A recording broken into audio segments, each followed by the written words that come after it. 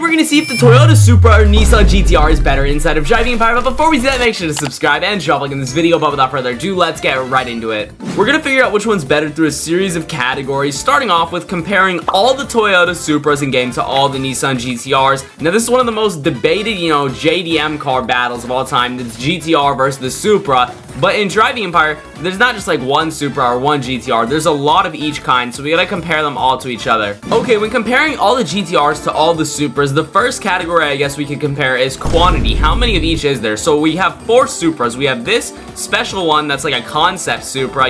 It's not real. It's like a Targa version. I think maybe only one was made in real life, but it's not a real production car. The normal GR Supra, the Mark IV Supra right here, one of your guys' favorites, I bet. And then the Mark III Supra. This one is my personal least favorite.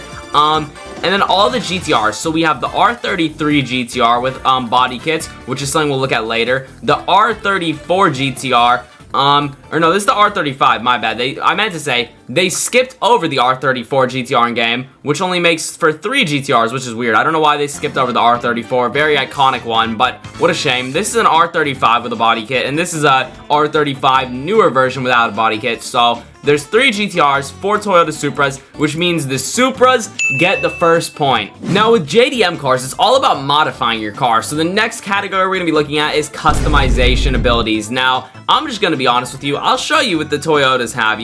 They have very limited customization. We'll go on one of the most modifiable ones in real life, the Mark IV Supra. We're going to go to customize it, and let's see just what exactly we could do to the appearance of it. Obviously, performance upgrades are the same for both cars. Now with appearance, we can do underglow, nitro, paint, interior, rims. We can't wrap it, which is weird. License plate, headlights, and calipers. Very basic stuff, I'm gonna be honest, because if we go look at a Nissan GTR, I guess the best one to compare in this situation would be the older GTR. You're gonna see, look at everything we have here. We have underglow, nitrous, paint, stock options, which we'll look at in a second, interior, rims, wraps, which is another thing that we didn't have. We had wraps. We have wraps here. We didn't have wraps in the other car. And we have chrome, which is a nice detail. But Nissan made their car super customizable. As you can see, we have tons of body kits on this car, and this isn't the only Nissan GTR with this. You could see I had a highly customized R35 GTR. Basically, we were able to take a GTR that looks somewhat like this and turn it into a rally GTR,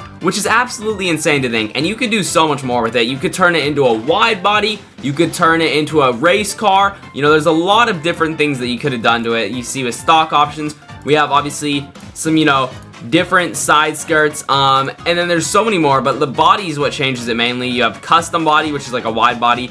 We have a racing body, like I was talking about. We have a rally body, which is on, and then like a different unique modern body kit, which looks kind of ugly, and then a different style wide body. So many different things you can do to the GTRs. This Toyota Supras, all of them, I looked through all of them. None of them really have anything except one has something really unique for customization. If we look at the Supra concept right here, it actually is the only car in game currently with these aftermarket licensed wheels, which is interesting for customization. It came factory with HRE wheels, which is the only set of licensed aftermarket wheels in the game, I think, because I've never seen another set of wheels with a badge on it like that that's aftermarket. So that's a pretty cool thing for customization, but it did come with it, and it also came with the car lowered. So like, imagine, it also actually has a spoiler, I noticed, some aftermarket taillights, aftermarket diffuser, aftermarket side skirts, aftermarket splitter.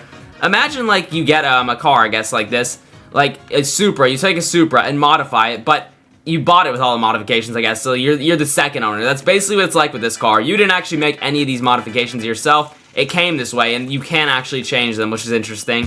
So I guess, while yes, this one has lots of customization stuff on it, you can actually change it, so I guess that's just how it came. I guess the best way to put it is that's not really customizable at all. None of the Supras are, so Nissan GTRs get a point. Alright, for our next few categories, we'll swap through cars from each GTR and Supra as we go. So I guess we're going to start with the older Supra, and then we'll start with the older GTR for testing acceleration. So we're just going to see, a comparison of the two, old Supra versus old GTR. Which one will end up getting a better drag time? Both of them aren't accelerating the quickest. Also, I will be having equal upgrades on all the cars, so they have a fair chance. We got 10 seconds 10.3 seconds to be exact in the Supra. Let's see what the GTR gets. We're gonna go switch into it right now. Okay, now for the GTR, I'm gonna be interested to see how this one does with time. We're accelerating, it feels a bit quicker, I'm not gonna lie.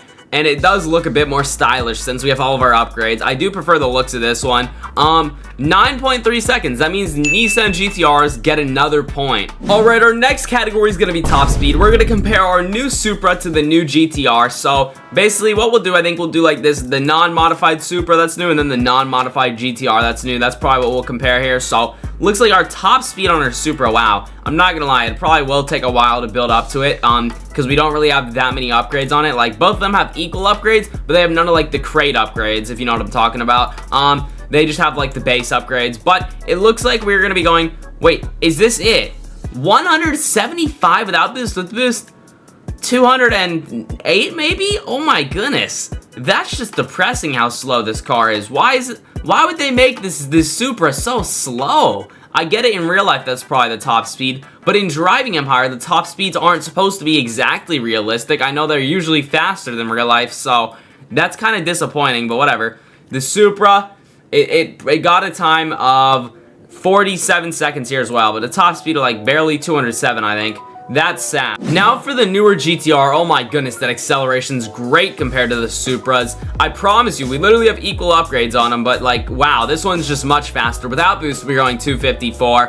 With boost, 270 something. I didn't even see what it got to for its full top speed, but we already know Nissan easily gets the point for this category. I mean, this is just much faster all around. I'm so surprised at how bad Toyotas are doing in this challenge. I don't even know how many points we're at for Nissan, but I know Toyota only got 1. Nissan got like 3, I think. 3, wow. That's crazy. I mean, Nissan just wins another category. I guess we may as well still do our final category to test them, but like, that's just crazy how much Nissan's winning right now. Okay, now for the Supra Targa, we're taking this one out next. This very modified looking Supra, even though that's how it came. Then we're gonna take out the modified GTR, new one. On this race, we're doing the rush hour race, and this is the final category. We're gonna test all-around performance. Obviously, we have areas that are straight, areas with turns, areas where you have to accelerate quick, areas where you have to brake quick. So this is a great race just to test all your performance in these cars, and it's really quick, so nice, easy, quick way to do it. Oh, we even got a jump in here. Oh my goodness. Yo, Supra actually kind of cooking on this race right now. You know, this race, sometimes being a bit slower but more steady is better than being really fast but out of control. Because, I mean, it's a race with lots of quick turns and stuff and jumps where you don't want to be going too fast. You'll fly too far or, you know, crash into a wall. But we'll see. Will the GTR beat this? I'm not sure. You know, the time is actually decent in this car, but it's not amazing. 54 seconds. Okay, 54 seconds. I think the GTR could beat it, but I mean, even if it doesn't, the GTR still win. But let's see, just in case, if the GTR could beat this. I'm kind of curious. Alright, here we go in the GTR. This is my modified Rally Edition GTR. Now, I know it looks like it's made for off-roading, but trust me, it's still fast. Oh my goodness. Well, maybe it's not fast. What the heck was that? Why did it spin out? I know I had it modified for off-roading, but shoot, maybe we accidentally left some drift tires on this car or something. I know I didn't put any upgrades, though. I don't know why it's drifting so much, but oh my goodness. This might be the downfall for Nissan here. Yeah, like I was saying, you know, sometimes it's better to have a more in control car. Obviously, this one's fast, but I could not have predicted those tires. Oh my goodness. I don't know why it's so slippery. I don't remember putting drift tires on a rally build, but that's strange that it has them. I don't think we're going to be beating the Supra, so, you know, I mean, just in case there's a lock-in, I don't want to say Toyota Supras have won this category yet, but ooh, kind of a clean drift, I'm not gonna lie. This makes for some entertaining drifting in this car. So I guess the GTRs, we don't have a drifting category, but if we did, we would know they would win. But no, sadly, the Supra did win this category.